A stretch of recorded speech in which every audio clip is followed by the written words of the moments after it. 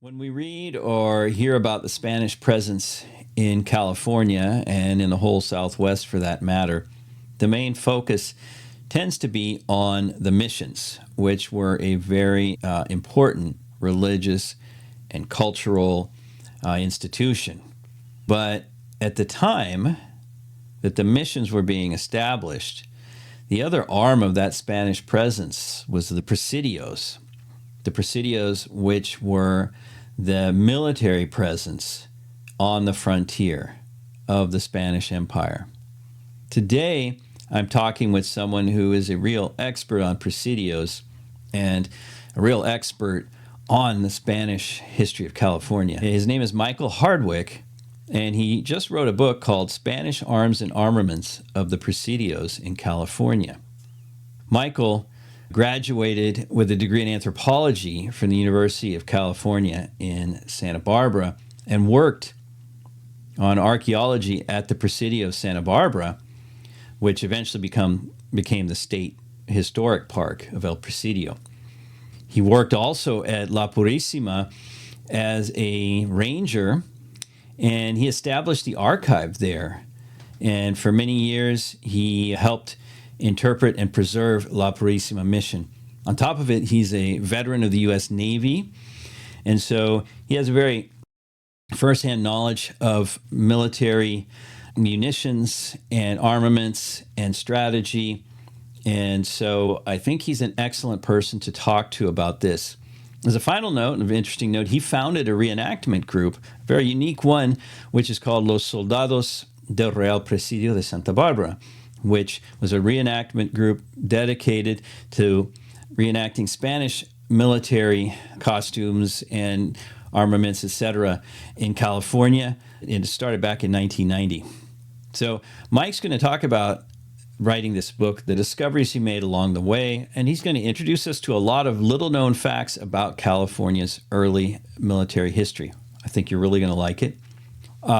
Just one note, if you're listening to this and not watching it, Mike refers to images from a presentation he made. So if you want to see the images, you should make sure and check it out on YouTube. Of course, he describes what's going on in those images. So if you're just following this on purely audio format, that's fine. But if you want to see the pictures, I would go and watch it on YouTube and purchase the book because all of the pictures are also in his book. So for more information about that, listen, and I've included all the information about how to get the book and how to contact and know more about Mike in the notes to this episode. So here's my interview with Michael Hardwick.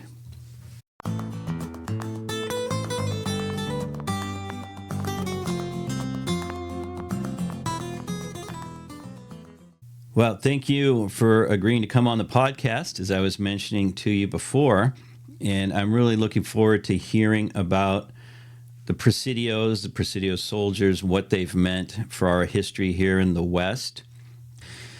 My personal experience with Presidios was going to visit my grandparents, my grandmother in San Francisco, and my uncle George, God rest his soul, used to take us. He was a retired naval officer, had served in World War II, and so he used to take us to lunch at the Officers Club at the Presidio in San Francisco. Been there, done that. Yeah.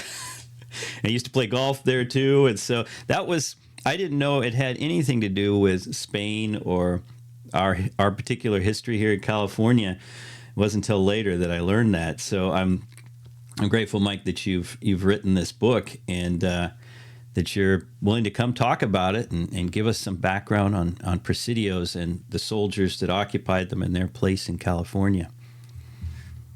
Well, yes, I've been involved with the Presidio project since its inception. Really, it started in 1965, and we were digging in Santa Barbara here in a parking lot, and I got started on that, and then I was in the Navy at the time, and I got shipped to Vietnam, so I spent some time over there on a cruiser, and then I came back to Santa Barbara in 1969 and UCSB and got into anthropology and history, and then again got affiliated with the Presidio. So My research and association with that project here in Santa Barbara, which is El Presidio State Historic Park, which is that's what it is now. But when it started, it was just a backyard parking lot, and we were trying to find the foundations and whatever for it. So unfortunately, I got hooked and my family got hooked. And I spent 50, 60 years of my life researching and reenacting, doing all that sort of thing that went along with it. And couldn't get away from it, still stuck in it. And my whole library is Spanish colonial history, pretty much. I can give you a little bit of a background on who I am and what I've done, and then we could lead into the book. Yeah, that would be great. And in fact, we had Jerry Jackman on a couple of times, and his overviews of his history at the Santa Barbara Presidio were really enlightening and really helpful. But I'm really interested to hear what you have to say about Santa Barbara and all the other Presidios. So yeah, tell us a little bit about your background. Well, Jerry and I are joined at the hip, if you can say that. He was the executive director of the Presidio when I was there, and we worked hand in hand and are to this day brothers in arms, sort of invalidos from the Presidio project. But this is a little bit from a talk that was given in 2015 by him at the Presidio. And he starts off by saying, let's begin with his service in the U.S. Navy during the Vietnam War. That's me, where he sat offshore for 6 months or so on the admiral ship light cruiser USS Oklahoma City, flagship of 7th Fleet. Mike worked in communications ship equipment, and the admiral received like 7,000 messages a day. He says that duty made a strong impression on him as a young man for many reasons. But for our purposes, is experiencing those huge ship cannon firing at targets on shore in Vietnam was something he never forgot. And that's probably true. I think I got some gun cotton in my veins. Anyway, it piqued his interest in arms and armament, and an interest that carried over into his internet interest in Spanish period canon. In fact, it is more than an interest, it is a passion. He has produced a several hundred-page manuscript on the arms and armaments of the Santa Barbara Presidio. Now, this was in 2015. What happened was, as we were uncovering the foundations, we had gone to one of our individuals that work with us, Dick Whitehead, had gone to the Bancroft Library and acquired just about everything that was known on the Presidio, most of it in Spanish. And he had copies of it made and brought it to the Presidio, and then had most of it translated. And this later became a book, which he wrote, called Citadel on the Channel.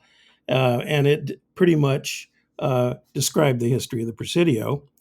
And out of this also came a map drawn by Pedro Fages at the time of the Presidio. So we had a foundation map of what the Presidio was supposed to be. So Dick used to be a surveyor when he was in the Army, and he was also a public works director at the county of Santa Barbara, retired. So he started chasing foundations. And we began to find that the foundations were still there around several properties. So that became the impetus for sort of chasing the foundations and ultimately restoring the Presidio. Well, the interesting thing about all that was I got interested in the records that he had acquired from the Bancroft Library. And he went through them and wrote a nice history of the Presidio, but he pretty much ignored annual inventories that were taken. It was a garrison, military garrison, and so they were inspected every year, and they come down and wanted to know the status of the armaments and what was in the magazines and that kind of stuff. And so there were all these reports, annual reports, of what was at the Presidio. So I just decided I was going to start. I'm an anthropologist, so for me, I wanted to get down to what made that operation function. A garrison, what makes it function are arms, and armament, supplies to keep all that going. So I got in there and started putting this stuff together, and I came up with a pretty interesting chronology of what was there at various times. And it was a manuscript for a lot of years, and it just recently, in 2025, became an actual book, Arms and Armaments of the Presidios of California. But just to go on a little bit with my history, um, one of the things that happened as a result of um, the Mexican War in 1845, um, a lot of these Spanish pieces of artillery disappeared from California, and they disappeared because many of them were captured as trophies of war and sent back to the East Coast. And they ultimately wound up at Annapolis, the Naval Academy. Um, so in 2012, Jerry and I went back to Annapolis to photograph um, these cannons and find out what was there. Prior to that, I had um, discovered in 1783. Well, one of the things about this Presidio that we had found the map of, there were two gun bastions on opposite ends of the corner of each of the bastion, and so we suspected that these were there for cannon, but nobody really knew what. We suspected they were just, light pieces of artillery or whatever. Um, so I got intrigued with this, and then I found an inventory in these records, these Bancroft records, that indicated that in 1782 there were two bronze 4-pounder cannon at the Presidio that had been ordered in. This was standard equipment for Presidios of a garrison of that type. And so I I saw in the inventory where they said they were bronze and they were 4-pounders and they weighed 760 pounds apiece. I thought, those are not small cannon. Well, indeed they were. They were considered light artillery during the time, and they were called, in Spanish terminology, was cañones de campaña, field cannons. And this was what was standard issue for the Presidios of the time. But of course, all these things were missing, so I didn't really know, you know, what that was. But I did have a weight, and I had studied these cannons a little bit, and I noticed, these cannons all have markings on them. And I'm intrigued with these bronze Spanish cannons because, to me, they're pieces of sculpture. You know, they've got they've got engravings on them. They've got the king's crest is on the breech. The dates and all that sort of thing. And then if you look at the trunnions, you can actually, if you interpret the Spanish uh, symbols of weight, you can get the weight off the trunnion of the cannon. So I had all that. Remind us, what's a trunnion? Okay, well, a cannon of that time period is a long bronze tube, right? The trunnions are the pivots that stick out from the side. One side of that of that trunnion is marked on it what the gunmetal composition is. They might say something like bronce de Peru y Mexico or something, reused bronze. And then the other side is got markings on it, scratches, which say like something like pesa, P for pesa, which means weight. And so and the weights are like in libres. A libre is roughly equivalent to an English pound, and arroba is like 25 pounds, and then so they would have like P, you know, uh, 7L, and then so many at sign arrobas, and that sort of thing. So you could interpret that and get the weight of the gun. So anyway, I was intrigued. We were intrigued with the fact that what happened to the Spanish artillery, because if you look for cannons in California from the Spanish period, there's only a few of them left. Most of them are up in like San Francisco, and then there's a couple of them down in San Diego, and that's about it. You know.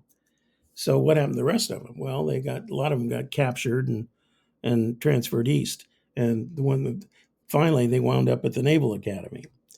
So we went there in 2012, and and found these things. And lo and behold, and I'll get to this. I wish I could show my. I wish I could share my screen here. I've got pictures of this stuff. Oh, there we are. Okay. Uh, there you go. That's good. Okay. Well, this gets us into Presidios a little bit. Mm. You can page ahead as we go, right? Yes. Okay. Well, we start off with some of these bullets here. Let me give you a little background of Presidios.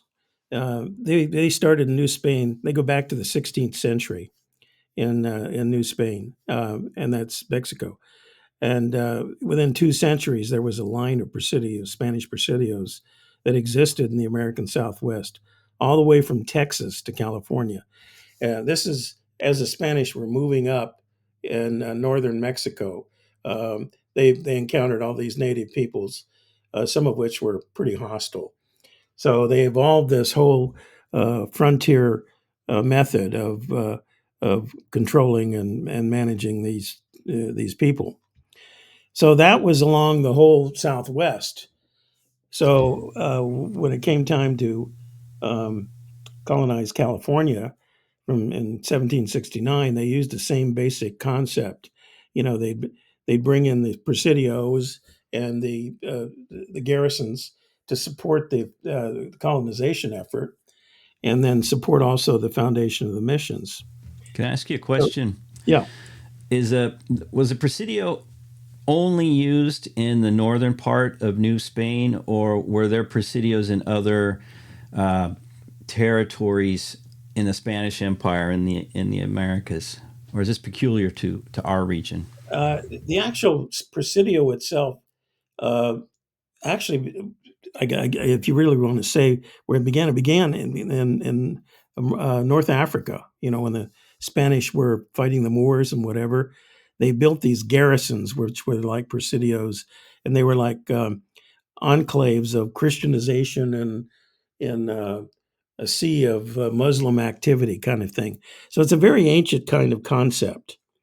And it can, a lot of people like to say, oh, presidio comes from the Latin presidium, which, means a garrison, and presidio in later Mexican language implies a prison, uh, but in the 18th century and before, it wasn't that. It was a garrison of troops that were organized in a military fashion. And originally, they sort of happened haphazardly, and eventually grew over two centuries into a sort of a military organization of indigenous people who were, you know, had command of horses, and uh, were were mestizos that lived on the frontier, rugged troops, and they were adapted to that lifestyle, and they were supported then as a form of military in the New World by the Spanish government. I So, see. so from the years, we're looking at the latter evolution of the Presidio concept, and probably the last edition was the little Spanish form of California when they settled California in 1769. This was coastal settlement, and the Spanish were trying to get control of this area all the way up because the Russians were coming down from the north, and they wanted to check that advance and claim the territory for Spain. So they used the Presidios as a method of doing that. So from 1769 to 1782, there were 4 Spanish Presidios in Alta California. California was broken up into Alta, a higher area, and Baja, the lower area. And the first Presidio was in Loreto of Baja California. So, so from 1769 to 82, we have 4 Presidios in California. Um, one was San Diego was the first, uh, because that's where they started. And it formally became a Presidio in 1773, but it was actually established in 69. Then Monterey was 1770 later. That became the capital, ultimately, of Alta California. San Francisco happened in 76 with Anza, who came through, and one of his members founded that Presidio. And then probably the last Presidio ever founded by the Spanish in the Southwest was the Santa Barbara Presidio in 1782. Now, But what it's still about there. Sonoma? Because I know they call it a Presidio, but it was Yeah, more of yeah, small garrison. right. It was under Vallejo. That happened later. I don't. It could probably technically be called a Presidio, but it was more during the Mexican period. I think that we look at that area. So Right. Vallejo had a garrison up there, and yeah, I think you could probably call it a Presidio, but it wasn't. I don't think it was really founded during the Mexican period, Spanish period. It came during the Mexican period. Right. So, what were these garrisons like? Um, they supported mounted soldier companies of leather jacketed soldiers known as soldados de cuera. And these guys were, as I said, unique. And they ultimately got their own royal regulations, which specified the arms and armament that the soldiers of these garrisons would have. When we go to the next slide, you can see um, the line of presidios that was established across the Southwest here. And you can see it goes all the way across. Uh, the idea being that if one presidio got in trouble, another one could come and reinforce it. So they ultimately got this line going. And in the 1770s, they moved. This was such a diverse area that needed control that they formed a Comandancia General in a place called Arispe, Sonora, and he was staffed. That was staffed by um, you know a commandant general, picked by the Spanish king, and he had almost the same powers as a viceroy. So his purpose in that administrative center, the purpose of that was to control these presidios and try to maintain you know some level of control on that frontier, that northern frontier. Now, I notice that there's Terrenate and Fronteras Yeah, are very close to one another. yeah, And this is just a particular question I have about the ANSA expedition. uh-huh. I think some of the members, some of the settlers were from Fronteras and some were from Terrenate. Hmm. Was he gathering people from different Right, presidios? right. Yeah, Okay. he had gotten. They wanted to try to get a land route across to California, and so he was empowered by the Viceroy Bucareli, I believe it was, to try to break through and see if he could get a supply line going from that area through Yuma and ultimately to California, because all the supplies that were going up to California were going by sea, and it was very expensive to keep all that going. So Anzo was empowered to do that and to break trail for that. Gotcha. Right. We go to the next one. Well, here's our Soldado de Cuera. This is what they look like. Uh, they manned the Presidios of the frontier of New Spain, and they were named for their Cuera coats of leather jackets. You can see they're on horseback. They have muskets and lances and shields, which they called a darga, and that sort of thing. We go on to the next one. Um, the two left pictures are a bronze statue in um, Arizona, in Tucson, in front of the museum there. It's a very well done. You can see the equipment that that soldier carries. He's got his adarga and his saddle and his pistol and cartridge box, and um, so they were pretty heavily armed. They had a lance, a shield, two pistols, a shortened musket, short sword, cartridge box, and each soldier had a mule and six horses that had to support him. So this guy just himself to arm one soldier took quite a bit. Now, Uh, were the soldiers, if they have a mule and 6 horses, are they responsible for taking care of those animals themselves, or were there staff at the Presidio who right. were in charge of Right. The taking care of them? Presidios, that's the point we're going to get at. Presidios are the garrisons. And so they would have the horse herds that supported the soldiers. So they had livestock that were outside of the Presidios that they maintained. And they kept horses there at the Presidio at the ready in case they needed them, that sort of thing. So this is the substance of, the inventories that I got into. When you consider the fact that the equipment, livestock, powder, and shot, light artillery, these were all supplied and inventoried under royal regulations for each presidio.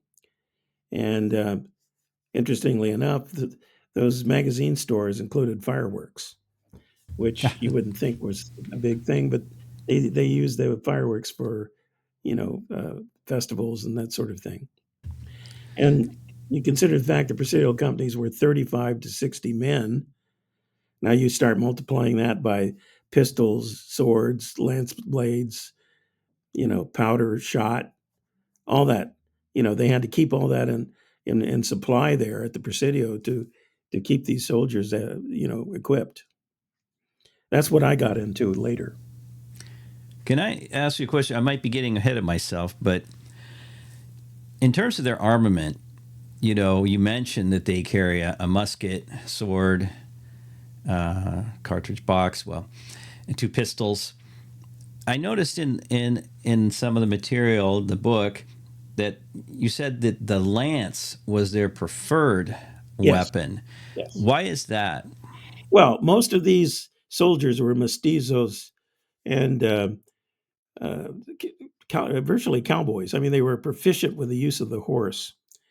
And the lance, relatively, they got very proficient at using a lance, a mounted lance. So there's a lot to using one of those things, and uh, that's pretty from the standpoint of a formidable foe on the frontier.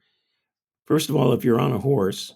Second of all, if you've got a lance and you can use it, and you've got a shield, you can pretty much uh, hold your own against a lot of the Indians. And you can also you wear that leather jacket, flak jacket, and you can get rid of you can stave off some of the arrows, especially with the adarga that they might shoot at you. So these were, let's say, they were at least they were some of the things that these guys were really good at using. And then you add the firearms. There's a little more technical involvement there. They had to get proficient at using them, had to have the powder and shot, available. Um, you know, had to maintain these things because they broke. keep them up and that sort of thing. And weren't the Californios, for example, using lances into the 1840s at the Battle of San Yeah, Pasqual, for example? that's right. They were still very good with Oh yeah. them. Oh yeah. Oh yeah. I've actually when I was reenacting this, I got my own lance and I was trying to figure out how to use it and mount it. I always wanted to try it on a horse, but you got to be very careful when you're using one of those things because uh, you can flip yourself off the horse real easy if you're not delft at the way you handle the lance. They got to where they could twirl them and bring them around in an attack position with the lance over the top of the arm. So if it impaled something and you had to release it, you could let go and it wouldn't take you off the horse, that sort of thing. So they were very good at using these things. In fact, they called them Lancers of the King. There you go.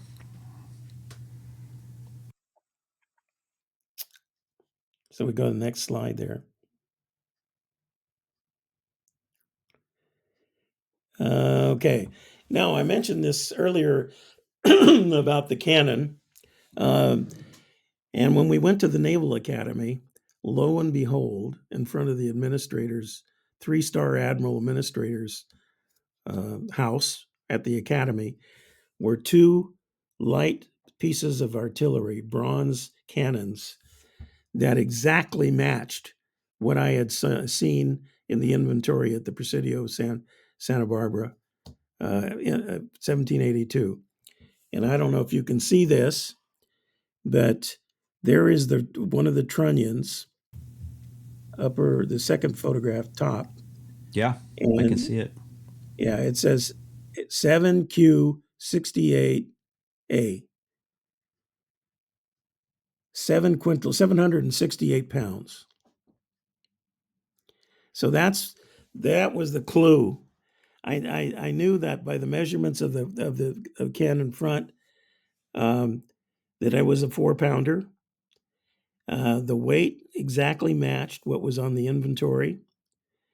The bronze plate on the back says captured from the Mexicans in California, 1845. And then the clincher here, the cascabel in the back, written across there, says who the gun founder was, Josef Barnola, and Barcelona, 1765. So these cannons were made in Barcelona, cast, designed by Barnola, the gun designer, and they came from the Barcelona Royal Foundry in 1765. And in my book, I talk about the Barcelona gun foundry, and they specialized in light artillery for the colonies. So these guns this was the gun, probably not the gun, but the type of gun that was at our Presidio in Santa Barbara, and indeed most of the Presidios, because this was standard issue for garrisons of that type. So there you see it as a 4-pound cannon, light artillery of the time, and matches the 1782 inventory. There it is. Here it is. So this was like a first, being able to identify what cannon was there. And these are on display in the open, it seems from the Yeah, photo. yeah. Yeah, so you didn't have to dig back No, behind well, some building somewhere. yeah, and when you wander around, well, they're right in front of the admiral's house that runs the academy. There's 2 of them there. They have a name on the gun. Each, but the thing that they don't have is they don't have the King cipher on the breech. So that was that. Let's go to the next one.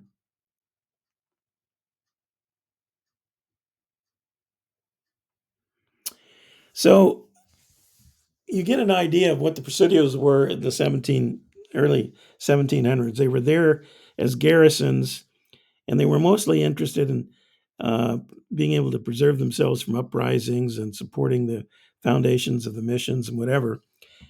And so California was divided up into 4 military districts. And each one of these military districts had a presidio and a garrison. And they had soldiers were dispatched from the presidio to establish missions. And indeed, all the missions, each mission had what they called an escolta, detached from the presidio. They would live at the mission and protect the friars and sort of keep the peace, during the time that missions were being founded and even after. So that was the main goal initially. But after 1790, the emphasis became that of sea defense at the Presidios because more ships were plying the coast, and even pirates were off the coast. So it became necessary to provide coastal defense. And this is where we get into construction of what they call castillos, or coastal defense uh, uh, constructions. Now there Can were I just basically. Go ahead. can we just jump back for 1 second? How long was a typical enlistment or contract for a Presidio soldier? Or yeah, how many years did he normally serve? That's hard to say, but I think many of them actually did that as they actually retired doing that, being soldiers. So it became like a profession for them. I mean, when you think about being on the frontier, if you're in the army and supplied by for food and munitions and stuff, and your family is there and you're living, um, that's a job. That's a way to subsist. So a lot of those soldiers became career soldiers, had families, and then eventually, got ranches and that sort of thing. Right. Okay. So anyway, these Royal Engineers after 1790 started putting in garrisons on the coast. Problem is, you can't fend off shipping with light artillery, 4-pound cannon. You need heavier ordnance for that. Well, unfortunately, California was way out in the boondocks, and trying to get heavy pieces of artillery across the isthmus from Spain into California was almost impossible.